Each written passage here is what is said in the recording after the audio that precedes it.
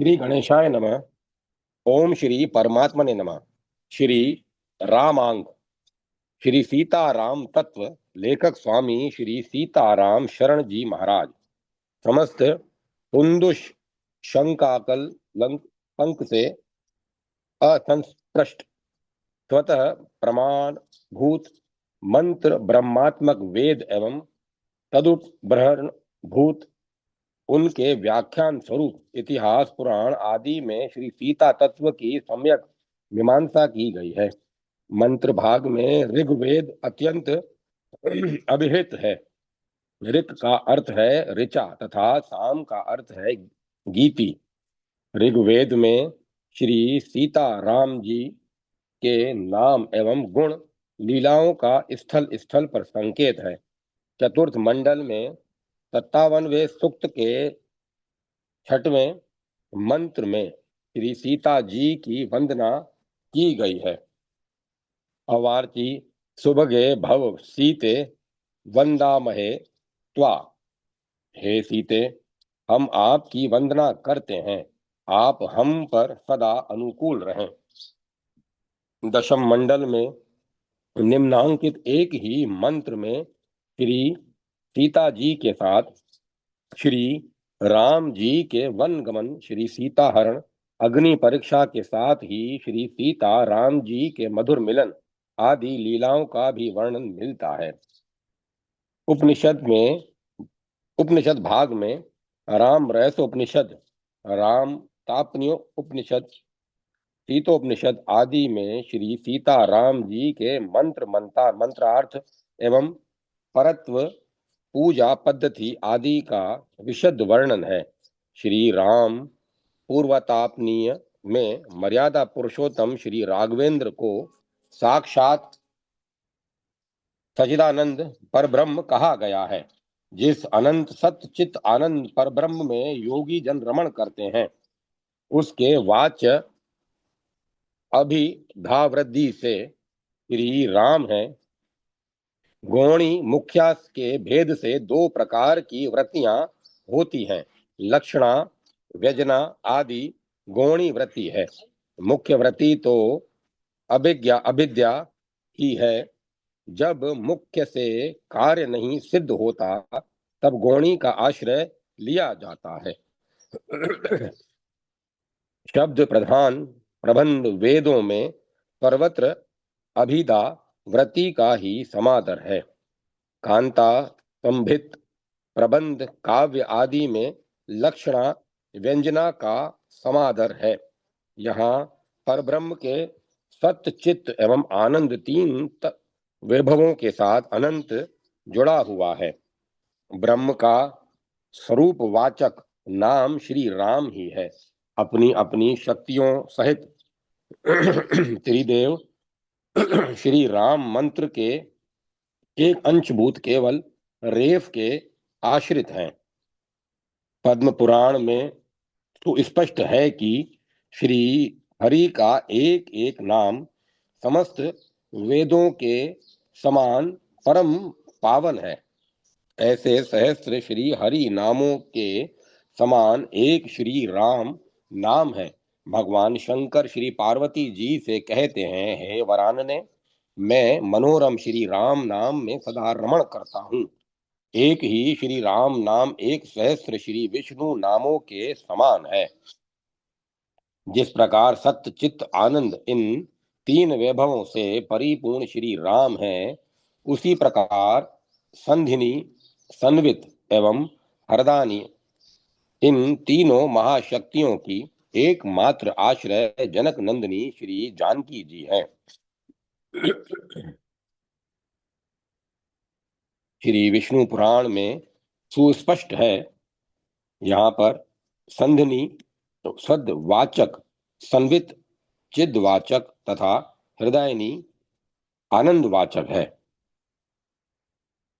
इस प्रकार सच्चिदानंदांश में दोनों की एकता सर्वशास्त्र सिद्ध है। श्री रामोत्तरपिनी में भरतादि भ्रातराओं सहित सीतापति भगवान श्री राम का चतुष्पाद पूर्ण ब्रह्म के रूप में वर्णन किया गया है। वहां पर रा बीज के साथ प्रणव की एकता का वर्णन है।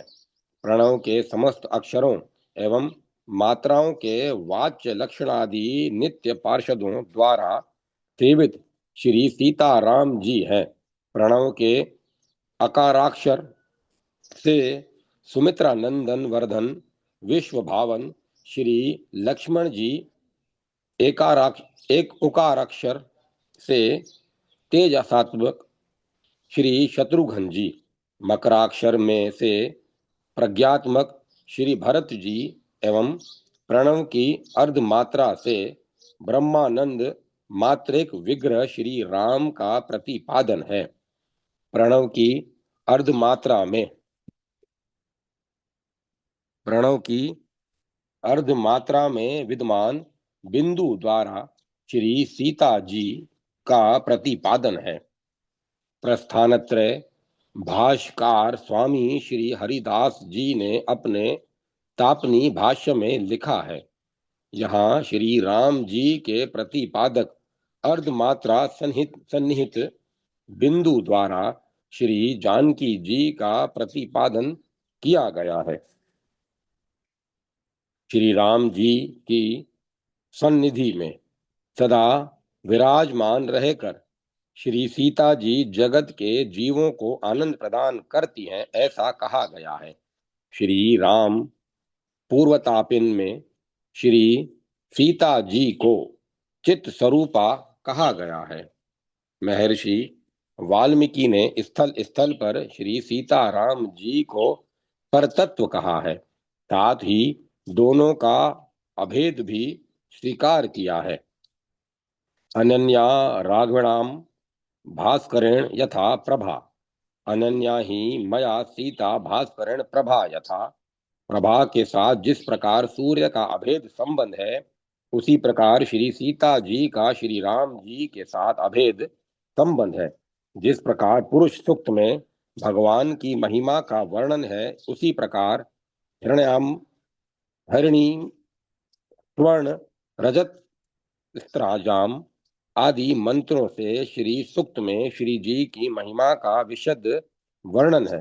श्री पराशर भट्ट स्वामी श्री गुण रत्न कोश में लिखते हैं, हे हमारी जननी, केवल श्री सूक्त अथवा राम तापनी उपनिषद ही भुजा उठाकर हमारी शपथ पूर्वक आपको जगत की एकमात्र नियंत्री स्वामिनी नहीं कहते। श्रीमद् रामायण भी आपके चरित्र का प्रतिपादन करती हुई उत्कर्ष पूर्वक जीवित है। जितने भी स्मृतियों के प्रणेता पराशर आदि हैं, वे सभी इतिहास पुराणों सहित वेदों को आपकी महिमा में प्रमाण मानते हैं। इस श्लोक से सुस्पष्ट है कि श्रीमद् रामायण का परम उत्कर्ष श्री सीता चरित्र के कारण ही है। काव्यम रामायणम कृत्यस्त्रम सीताचरितम महत, अर्थात समग्र श्री रामायण महाकाव्य श्री सीता जी का महान चरित्र है। इस श्लोक में श्री सीता चरित्र का जो महत्व विशेषण है, वह उनके चरित्र की श्रेष्ठता का बोधक है। श्री गोविंद राज अपने भाष्य में लिखते हैं, श्री राम धीरोदात नायक हैं, जो अपनी प्रशंसा स्वयं नहीं सुने तथा सभी पर समान रूप से कृपा करें, वही धीरोदात नायक हैं। कृपावान विकथन, श्री लवकुश के मुख से श्री राघवेंद्र ने श्री रामायण का श्रवण किया। यदि श्री रामायण केवल श्री राम परक होती, तब अपनी ही राजसभा में श्री राघवेंद्र उसका श्रवण किस प्रकार करते। श्री सीता चरित्र की प्रधानता होने से श्री राम द्वारा श्री रामायण का श्रवण उनके स्वरूपानुरूप सिद्ध हुआ। तनि शिलो की टीकाकार श्री रामानुज कहते हैं, भगवान श्री राम शरणागत भक्तों पर कृपा करते हैं, किंतु श्री सीता जी तो अपराधियों पर भी कृपा करती है। इसीलिए उनका चरित्र भगवान की अपेक्षा ही भी महान है। हे माता, श्री मैथिली राक्षस राजपुरी लंका में अपने प्रति नित्य नवीन अपराध करने वाली उन राक्षसियों की उन पर रुष्ट श्री हनुमान जी के अनेक हेतु दर्शक वाक्यों द्वारा बिना ही उनके शरण में आए रक्षा करके आपने रघुकुल भूषण श्री राघवेंद्र की सभा को अत्यंत लघु कर दिया, क्योंकि जयंत तथा विभीषण की तो मैं मैं आपका हूं, इस प्रकार शरणागत होने पर श्री राघवेंद्र ने रक्षा की थी। पर आप तो अपने क्षमा गुण की प्रबलता से शरणागति की अपेक्षा न करके केवल अहेतु की कृपा से ही रक्षा करती हैं। अतः आपकी अहेतु की क्षमा हमारे सदृश महान अपराधियों को सुखी करे। श्री जनक नंदिनी श्री जानकी जी की यह अहेतु की करुणा समग्र रामायण में स्थल स्थल पर वर्णित है। श्री वैष्णव सिद्धांत अनुसार श्री जी के पुरस्कारत्व अगुवाई के बिना भगवत प्राप्ति असंभव है। श्री यमुनाचार्य स्वामी ने चतुश्लोकी में लिखा है, सांसारिक वैभव आत्मज्ञान केवल्य मुक्ति एवं वैष्णव सम्मत भगवत परादविंद कैंकर्य स्वरूप मोक्ष, इन तीनों की प्राप्ति राजीव लोचन प्राणेश्वरी नित्य निकुंजेश्वरी श्री किशोरी जी की कृपा से के बिना संभव नहीं है। तात्विक दृष्टि से श्री रमण सीता रमण एवं श्री राधा रमण एक ही पूर्ण ब्रह्म के भिन्न भिन्न रूप हैं। मिष्ठान की मधुरिमा एवं पुष्प के सौरभ के समान श्री सीताराम कथन मात्र के लिए दो हैं। वस्तुतः ये परख एक दूसरे के परक एवं रसवर्धक है। गोस्वामी जी ने गिरा अर्थ एवं जल विचि के समान दोनों को अभिन्न कहा है।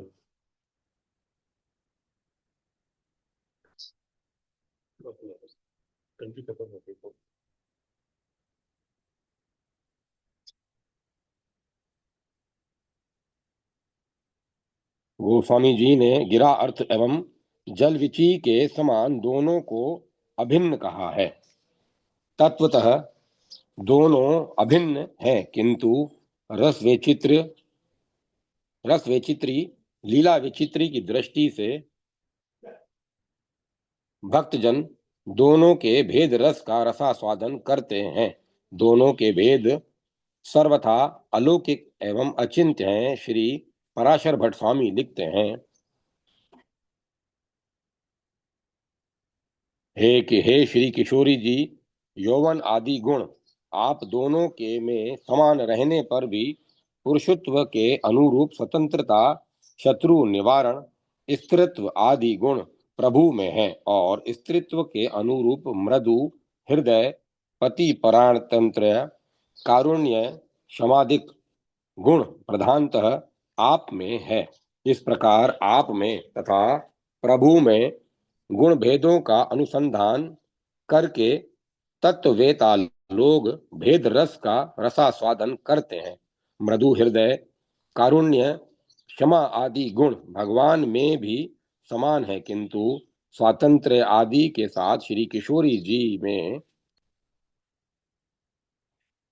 जो तो स्वातंत्र्य आदि का अभाव होने से विशुद्ध करुणा, क्षमा आदि गुण पूर्णतः विकसित हैं।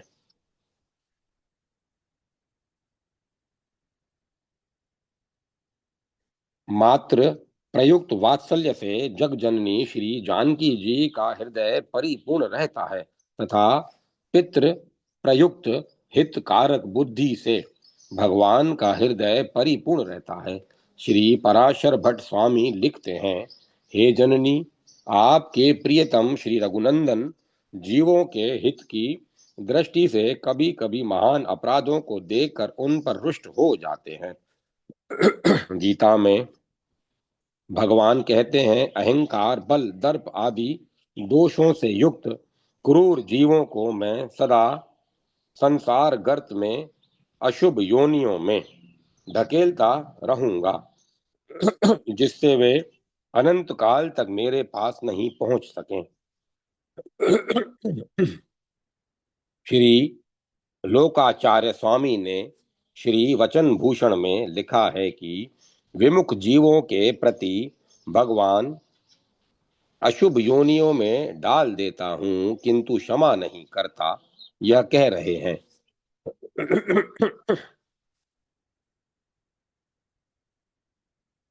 तात्पर्य यह है कि सदा जीवों के उद्धार के लिए अवतार लेने, वेद शास्त्र आदि का प्रकाशन करने तथा संत महापुरुषों के रूप में अवतीर्ण होकर जीवों को अपने सम्मुख करने में भगवान सतत प्रयत्नशील रहते हैं, किंतु याचना करने पर भी भगवान भक्तों का अहित नहीं करते। इस सिद्धांत के अनुसार परिणाम में अनंत सुख प्रदान करने के लिए तत्काल कुछ दंड देकर जीवों को विशुद्ध बनाने के लिए ही कृपालु पिता के सदृश प्रभु जब कभी रुष्ट होते हैं, तब श्री मैथिली भगवान को रुष्ट देखकर प्रभु से विनय करती है, स्वामिन, यह आपका कोप किस लिए है, अर्थात व्यर्थ है, क्योंकि समस्त दोषों के एकमात्र आश्रय इस जगत में निर्दोष कौन है, अर्थात कोई भी नहीं। अतः जीव पर कोप न करके सर्वरक्षक, सर्वशरण्य, सर्वाराध्य आदि अपनी वेद प्रसिद्ध विरुद्धावली विरुद्धावली पर ध्यान रखते हुए इस जगत के जीवों पर कृपा ही करें। अतएव पराशर भट्ट माता सीता से कहते हैं, इस प्रकार अनेक अपराध क्षमापन योग्य उपायों से प्रभु के समक्ष जीव को निर्दोष सिद्ध करके आप जीवों को अपना लेती हैं, इसीलिए आप माता हैं। पिता रूप प्रभु की हितपरता एवं माता रूप आपकी प्रियपरता सुप्रसिद्ध ही है। उचित उपायों से जीव के दोषों की स्मृति को प्रभु के मन से निकालकर प्रभु को उनके प्रति अनुकूल बनाकर जीवों को अपनाती है। इस प्रकार जग जननी श्री जानकी जी के साथ भगवान श्री राघवेंद्र का स्वरूप, गुण, लीला, विभूति आदि का अभेद स्वर प्रमाण प्रतीपन है। महर्षि वाल्मीकि कहते हैं, भगवान श्री राम सूर्य के सूर्य प्रकाशक, अग्नि के अग्नि एवं प्रभु के भी प्रभु हैं। जनक नंदिनी श्री जानकी जी श्री लक्ष्मी जी की भी कारण है।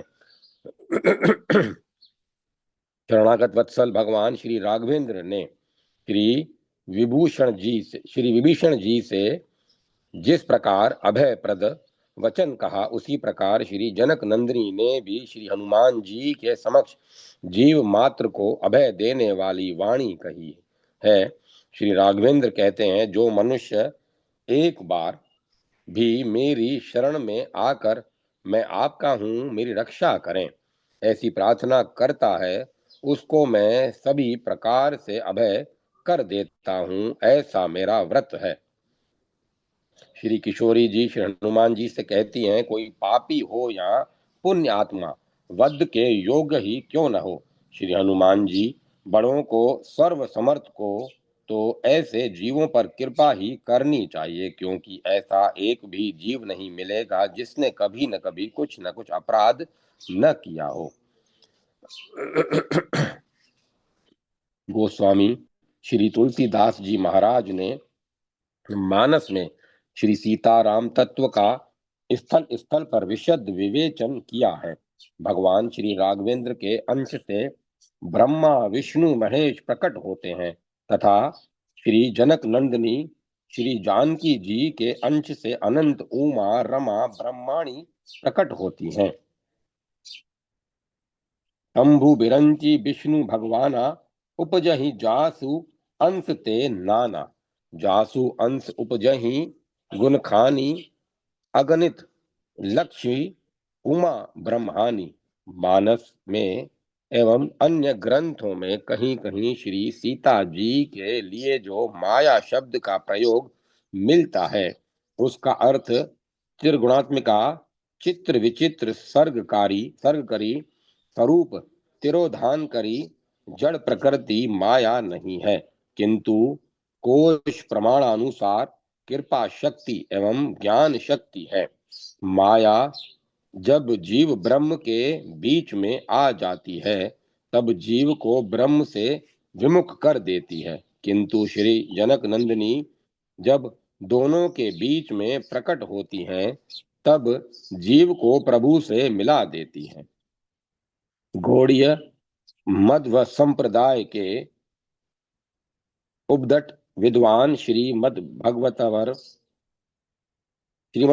पर भक्ति रसमयी व्याख्या आदि अनेक ग्रंथों के रचयिता आचार्य श्री विश्वनाथ चक्रवर्ती जी महाराज पंचम स्कंद 19वें अध्याय के 5वें श्लोक की व्याख्या करते हुए कहते हैं, एक ही परम तत्व चित्त शक्ति वृत्ति के भेद से महासार प्रेम के नाम से अनादिकाल से दो भागों में विभक्त होकर युगल स्वरूप से विराजमान है। एक षडैश्चर्य से युक्त हृदयमय है, दूसरा केवल हृदयमय है। प्रथम तत्व को परमेश्वर कहते हैं तथा द्वितीय तत्व को भक्ति कहते हैं। तात्पर्य यह है कि श्री राम परमेश्वर हैं एवं श्री सीता जी भक्ति हैं। पुनः वही श्री सीता स्वरूप प्रेम तत्व दास्य सख्य वात्सल्य मधुर आदि भावों द्वारा भक्तों के हृदय में प्रकट होकर ब्रह्म रस का रसास्वादन करता है। विभाव अनुभाव आदि द्वारा स्वयं रस स्वरूप बनकर श्री सीताराम तत्व युगल परस्पर में विषय आश्रय बनकर संयोग वियोग द्वारा अपने असाधारण माधुर्य का रसास्वादन अपने भक्तों को प्रदान करते हैं। ब्रह्म दृष्टि से तो श्री सीता जी के वियोग में श्री राघवेंद्र का रुदन प्रतीत होता है, किंतु तत्व दृष्टि से दोनों कभी कभी पृथक होकर विप्रलंभ श्रृंगार का अनुभव करते हैं। श्लोक में आत्मा राम का अर्थ है श्री सीतारमण, क्योंकि श्री सीता जी श्री राम की स्वरूप शक्ति आत्मा है। इस प्रकार भागवत के सभी व्याख्याकारों ने अपनी अपनी व्याख्याओं में श्री सीताराम तत्व का विशद विवेचन किया है। मंत्र ब्रह्मात्मक वेद से लेकर इतिहास पुराण श्री रामायण आदि में श्री सीताराम तत्व की सम्यक मीमांसा की गई है। परत्व एवं माधुर्य दोनों दृष्टियों से श्री सीताराम जी जीव मात्र के लिए एकमात्र उपास्य ध्येय है। तभी तो श्री हनुमान जी भागवत में कह रहे हैं, भजते रामम मनुज कृतिम हरिम यह उत्तरायणयत कौशलानिंदम। सुर हो या असुर, वानर हो या नर, कथाचित जैसे तैसे भी उसका कोई स्वल्प भी उपकार भजन स्मरण करता है तो वे प्रसन्न हो जाते हैं। श्री राम मानव रूप में अवतीर्ण साक्षात श्री हरि हैं। उन्होंने अयोध्यावासी जड़ चेतन सभी जीवों को साकेत धाम प्रदान किया। यह कथा श्री रामायण में प्रसिद्ध है। आचार्य श्री विश्वनाथ चक्रवर्ती जी कहते हैं, इसलिए समस्त भजनीय अवतारों में श्री राम ही कृपा सिंधु हैं, जिनके भजन में सभी का अधिकार है। दक्षिणात्व आचार्यों ने प्रभु से कहा है, हे नाथ, कर्म ज्ञान और उपासना इन तीन ही साधनों से वेद शास्त्र आपकी प्राप्ति बतलाते हैं। इन तीनों में अयोध्या के कीट पतंग ध्रुवा गुलम आदि ने कौन सा साधन किया जिससे आपने उन सभी को साकेत प्रदान किया। इस प्रकार साधनहीन जीवों को केवल श्री अवध धाम में संपर्क मात्र से दिव्य धाम देने वाले श्री सीताराम जी का ही जीव मात्र को भजन करना चाहिए। श्रीमद् भागवत में यह श्री हनुमान जी का उपदेश है। मानस में अयोध्यावासी भी यही कहते हैं। जनक सुता समेत रघुबीर ही कस न भजहूं भंजन भव बिरही। जय माता सरस्वती। जय मां सरस्वती। गिरा अरथ जल बिचि सम कहियत भिन्न न भिन्न। लेखक श्री श्री कांत शरण जी महाराज। श्रीमद स्वामी श्रीमद भगवतो स्वामी तुलसीदास जी ने लिखा है। गिरा अरथ जल बिचि सम कहियत भिन्न न भिन्न। बंदउ सीता राम पद जिनहि परम प्रिय खिन्न। मैं उन श्री सीताराम जी के चरणों की वंदना करता हूँ जिन्हें दीन अत्यंत प्यारे हैं तथा जो शब्द और अर्थ एवं जल और जल की लहर के समान कहने मात्र को तो भिन्न है पर तत्वतः भिन्न नहीं है। विशेष यह प्रसंग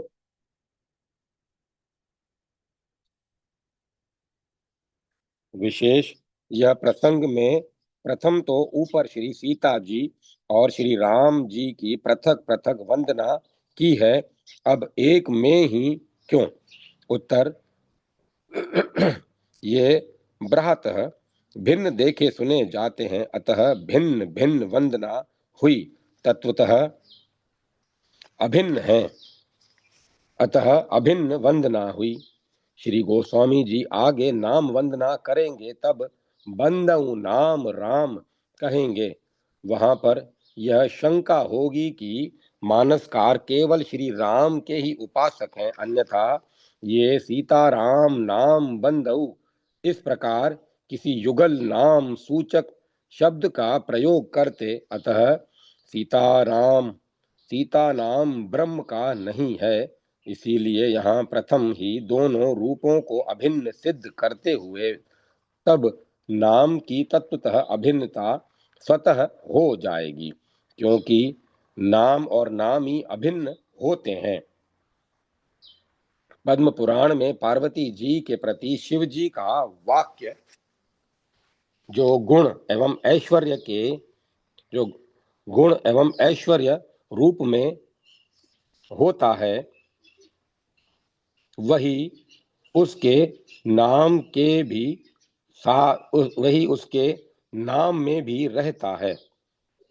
उदाहरणार्थ कोई ज्योतिषी चोरी को प्रकट करने की विद्या में निपुण हो और इसमें उसकी ख्याति हो जाए तो उसके निवास स्थल से दूर स्थल पर भी चोरी होने पर यदि घर वाला ज्योतिषी का नाम लेते हुए उससे जांच कराने को कहता है तो चोर डर कर चुराया माल भी किसी युक्ति से छोड़ या दे जाता है। इस रीति से ज्योतिषी की समग्र विद्या शक्ति ने उसके नाम द्वारा रूप का सा कार्य किया। पुनः नाम की प्रशंसा से रूप प्रसन्न होता है। नाम द्वारा मुहूर्त शोध कर कार्य करने से रूप का कल्याण होता है इत्यादि। यही एक अन्यत्र के प्रमाणों से भी पाई जाती है। इसमें भी तत्वतः रूप की एकता दिखाते हुए मंत्र एवं नाम की भी एकता कही गई है।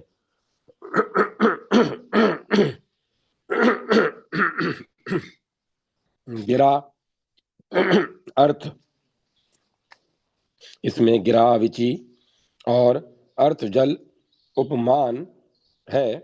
क्रमशः सीता और राम उपमेय कहियत भिन्न न भिन्न धर्म और समवाचक हैं। अतः प्रणोपमा है इसमें ग्रंथकार का प्रयोजन धर्म के द्वारा दोनों रूपों को तत्वतः अभिन्न दिखाने का है। वाणी और अर्थ तत्वतः एक हैं, जैसे पेय वाणी और दूध उसका अर्थ है। इसमें पेय और दूध एक ही वस्तु है।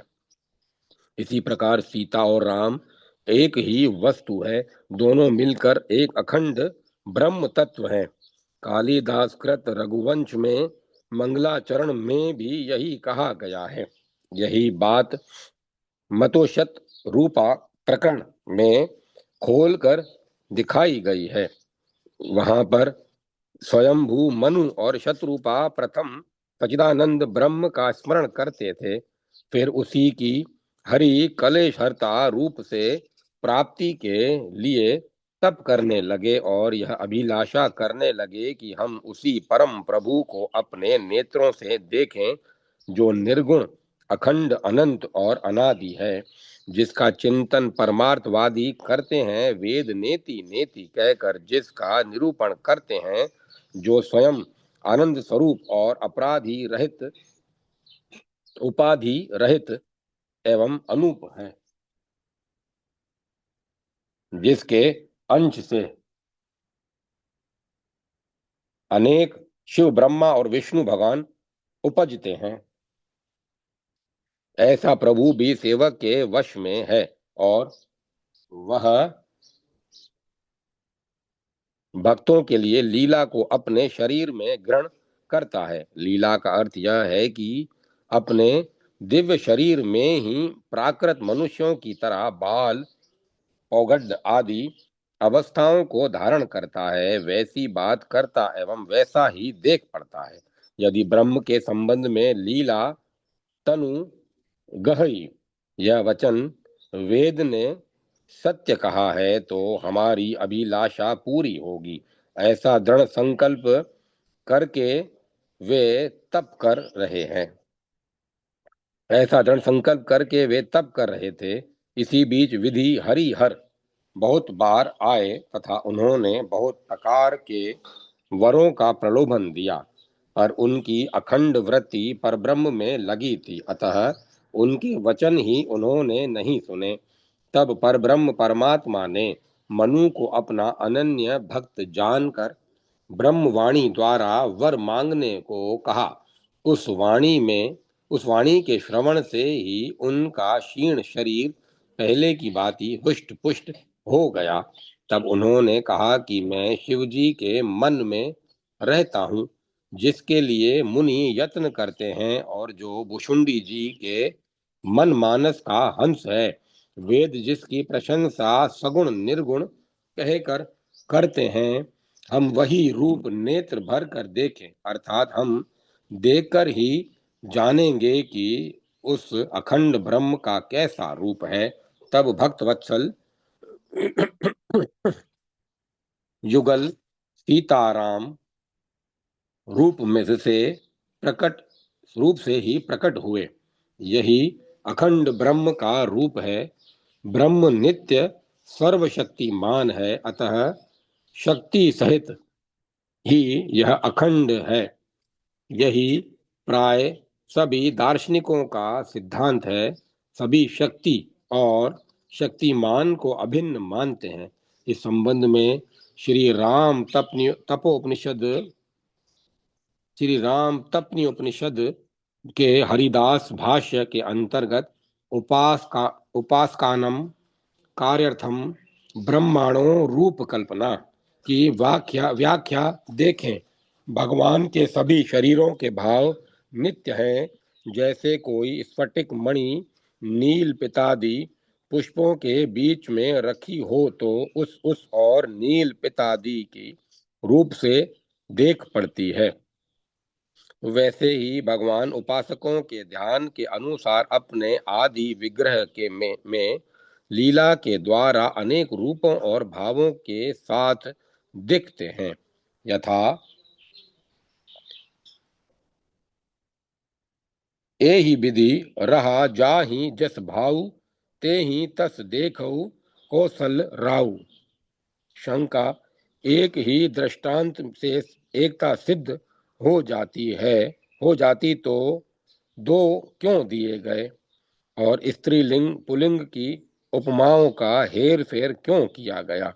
समाधान: गिरा अर्थ मात्र कहे गए होते तो गिरा शब्द में के स्त्रीलिंग होने से सीता जी का कारण होना और यथार्थ रूप श्री राम जी का कार्य होना सिद्ध होता, क्योंकि गिराक से अर्थ होता है। ऐसे ही जल विचि में भी जल संकट में नपुंसक लिंग होते हुए भी भाषा में पुल्लिंग है। अतः जल श्री राम जी के लिए है और स्त्रीलिंग वाचक विचि श्री सीता जी के लिए है। जल का कार्य विचि है, अतः श्री राम जी कारण और श्री सीता जी कार्य समझे जाते हैं। इन दो दृष्टांतों से दोनों में कार्य कारणत्व का निराकरण किया गया है। और भी राजा दशरथ को वरदान था कि वे श्री राम जी के दर्शनों के बिना जल बिंदु मीना की तरह जी नहीं सकते थे। उन्होंने श्री सुमंत्र जी से कहा है कि यदि जानकी फिरे तो मेरे प्राणों का अवलंब हो। यदि श्री जानकी जी श्री राम जी से भिन्न तत्व होती तो राजा कैसे जी सकते थे?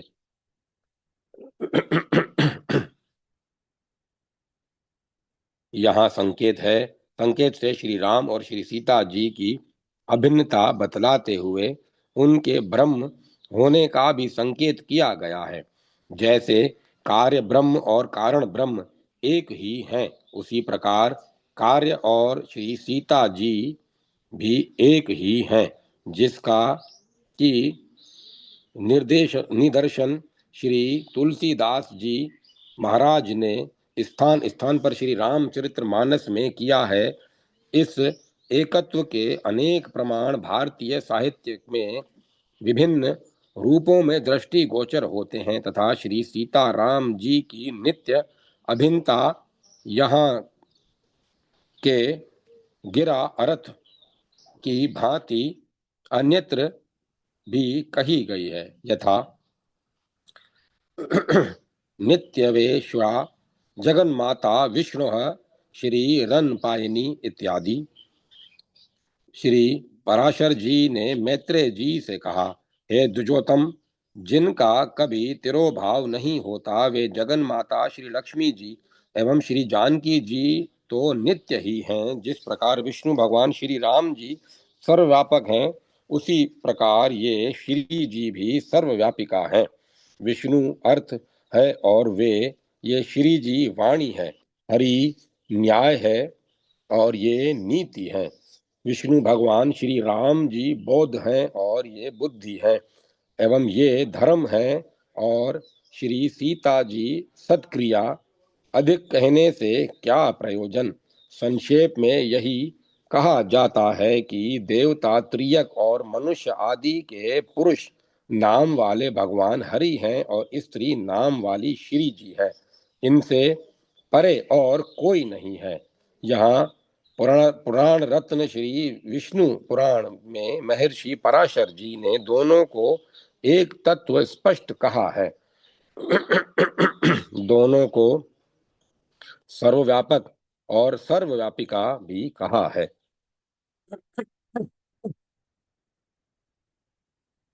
व्यापक तत्व तो एक ही होता है। यथा त्वं माता सर्वलोकानां देवदेवो हरि पिता इत्यादि। इंद्र ने श्री जी की स्तुति करते हुए कहा कि आप सर्वलोकों की माता हैं और देवादि देव श्री हरि पिता हैं। आपके और विष्णु जी के द्वारा चराचर जगत व्याप्त है। श्रुतियों में जहाँ केवल ब्रह्म का परत्व कहा गया है, वहाँ श्री तत्व को ब्रह्म में ही अंतर्भूत समझना चाहिए। यथा तदंतर भारवात्वम इत्यादि, अर्थात श्रुतियों ने श्री जी को भगवत तत्व के अंतर्भूत मानकर ही पृथक नहीं कहा। ब्रह्म सूत्र में ब्रह्म जिज्ञासा से प्रारंभ कर प्रथम ही उसका असाधारण लक्षण बताया गया है। इस सूत्र में इस प्रकार कहा है, जिससे जगत की उत्पत्ति, पालन और संहार होता है, वही ब्रह्म है।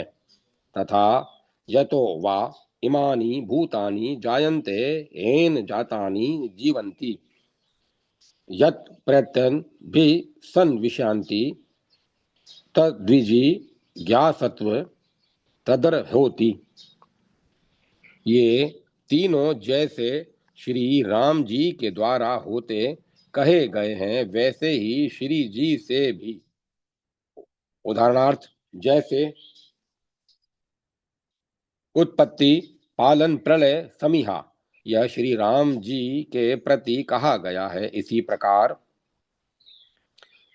उद्भव, स्थिति, संहार कारिणी सीताम जैसे राम जी जगत के ईश्वर हैं, यथा वैसे ही श्री जी का भी महत्व है। यथा श्री जी हरिवल्लभा हैं, यथा श्रीश्च ते लक्ष्मी च पत्नियाः, अर्थात श्री जी और लक्ष्मी जी हरि की पत्नियां हैं। पत्नी पति की अर्धांगिनी कही जाती है।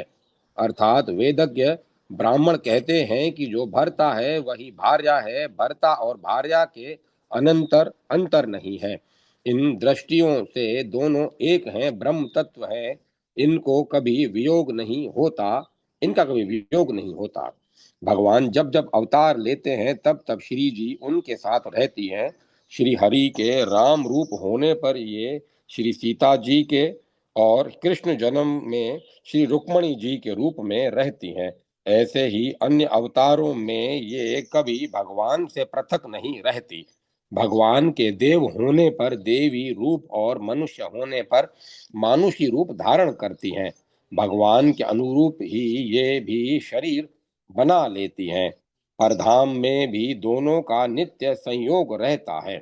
श्री सीता जी के पाताल प्रवेश पर श्री ब्रह्मा जी के ने श्री राम जी से कहा है कि स्वर्ग प्रतिपादी भूति श्री साकेत धाम में पुनः आपका श्री सीता जी से साथ होगा, इसमें संशय नहीं है। आचार्यों ने कहा भी है, श्री लक्ष्मी जी के साथ ही श्री नारायण प्राप्य हैं। मानस बाल के दो के बाद की चौपाइयों में दोनों का नित्य संयुक्त रहना ही सती जी ने देखा है। श्री सीता जी और श्री राम जी दोनों मिलकर पूर्ण अखंड ब्रह्म हैं।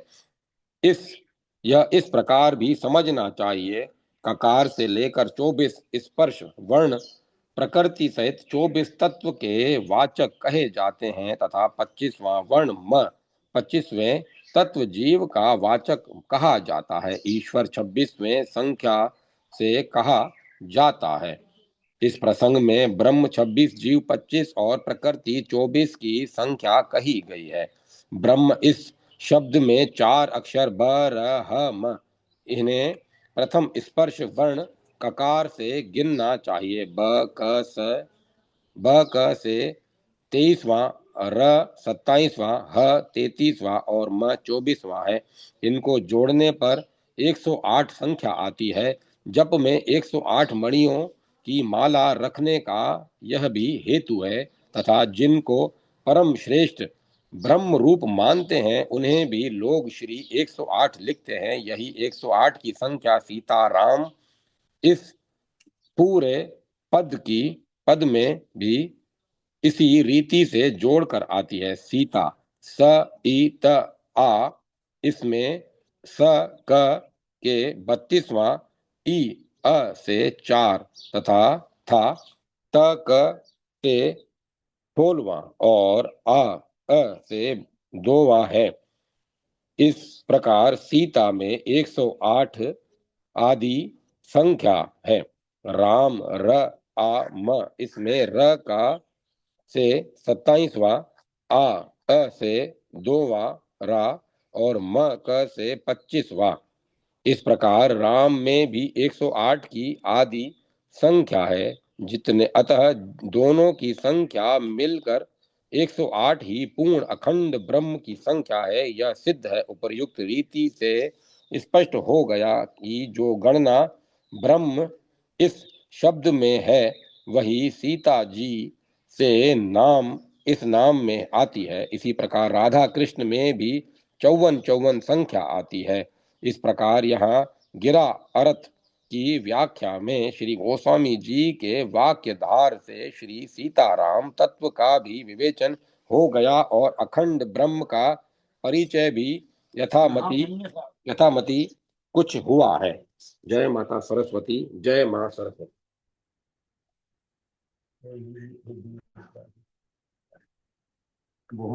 भारतीय संस्कृति के शाश्वत धर्म स्कंद भगवान श्री राम।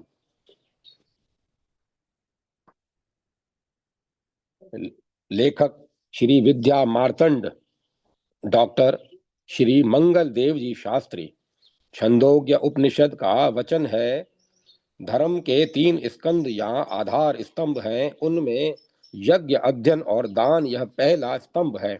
इसका यही अभिप्राय है कि धर्म के साथ यज्ञ आदि तीनों का वैसा ही संबंध है जैसा किसी प्रसाद या महल के साथ उसके प्रधान स्तंभ का होता है।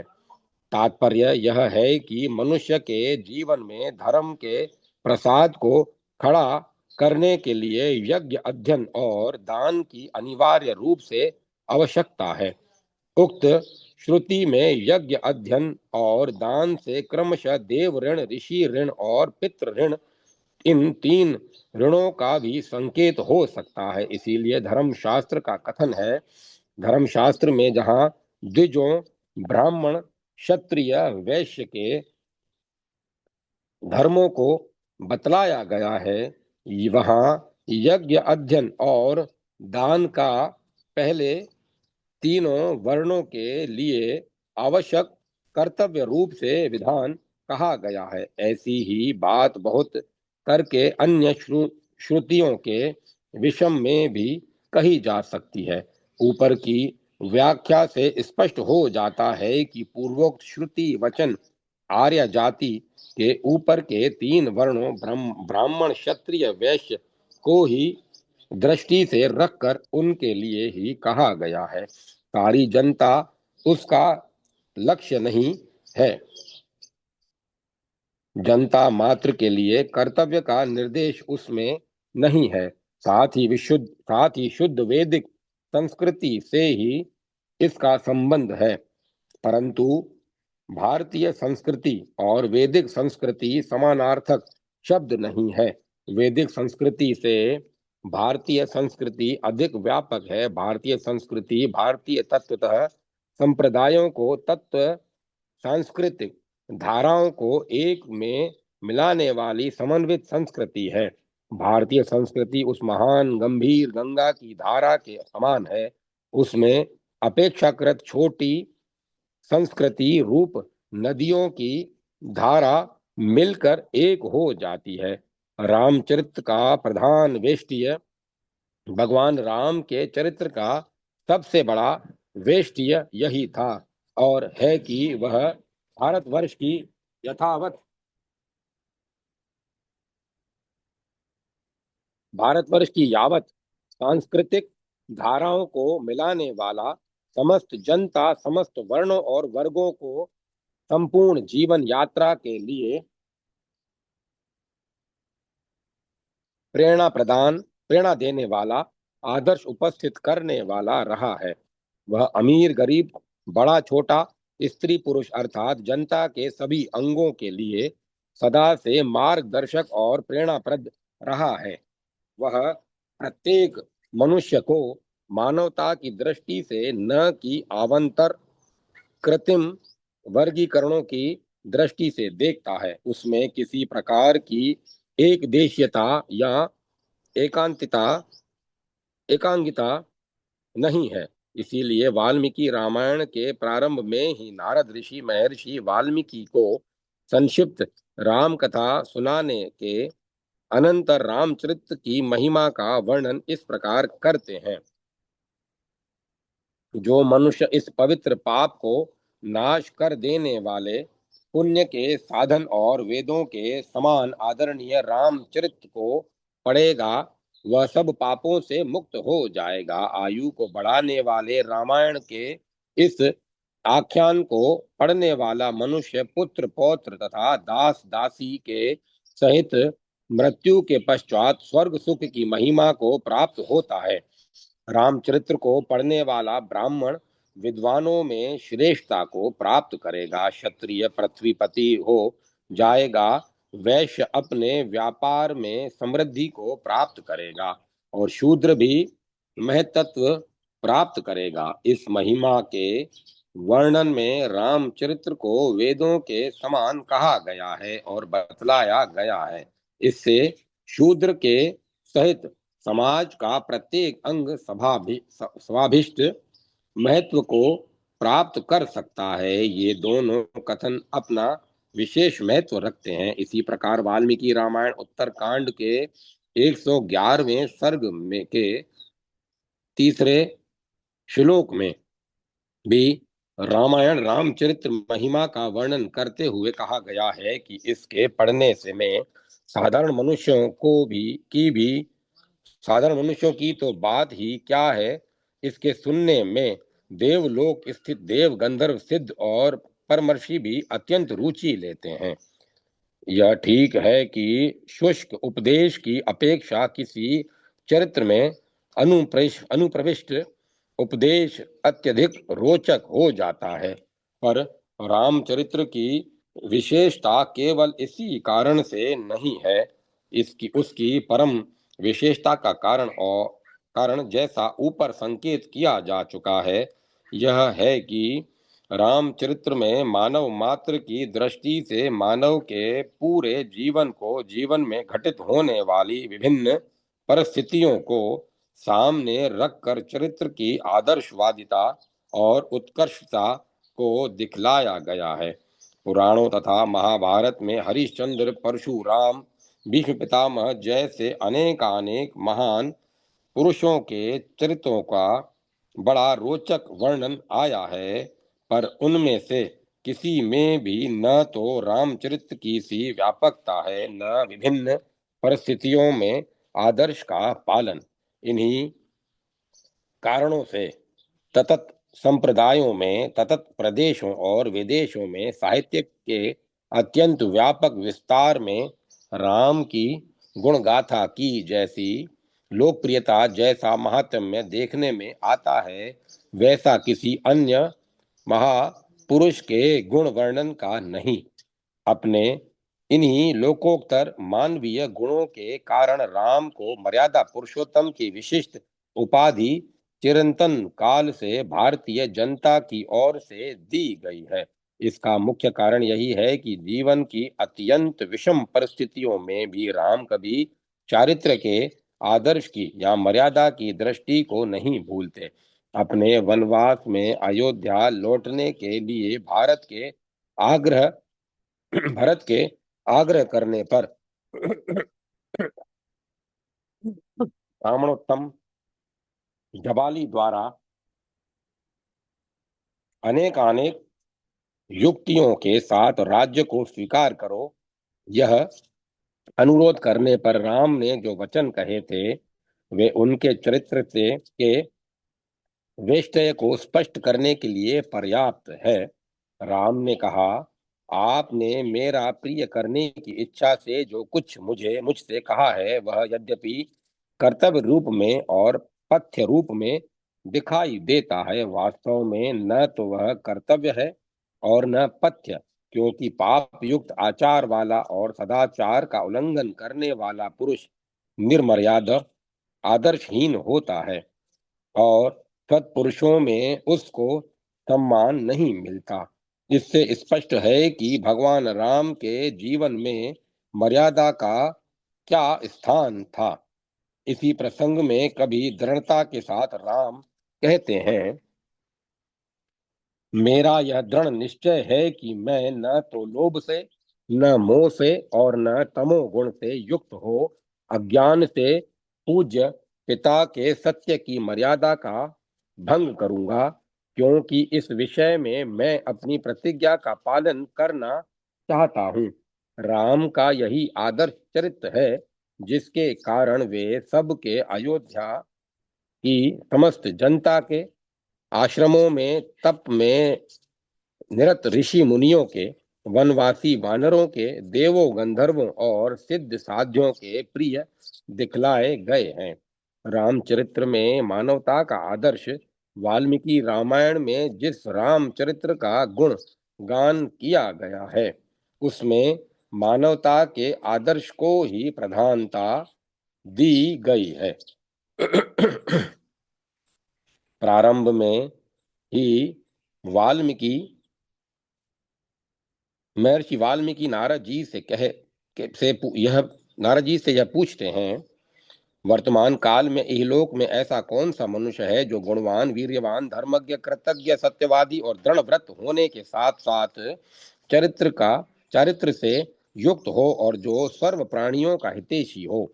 महर्षि आप ही इस प्रकार के मानव को जानने में समर्थ हैं। उत्तर में श्री नारद जी कहते हैं, मुनिवर आप सुनिए, मैं उपरयुक्त गुणों से युक्त मनुष्य के विषय में आपसे कहता हूँ। इस प्रारंभिक भूमिका के अनुसार वाल्मीकि रामायण में जिस रामचरित्र का वर्णन किया गया है वह वैसा ही है जिसमें मानवता की दृष्टि को ही सामने रखा गया है। मानवता के स्तर से ऊपर उठकर लोकोत्तर देवी या अति मानव दृष्टि कदाचित ही कहीं दिखाई देगी। इसी दृष्टि को लेकर श्री राम का मर्यादा पुरुषोत्तम रूप में वर्णन चरितार्थ हो सकता है। अपने मानवता के महान आदर्शों के कारण ही रामचरित्र की देश विदेशों में चिरकालीन लोकप्रियता समझ में आ सकती है।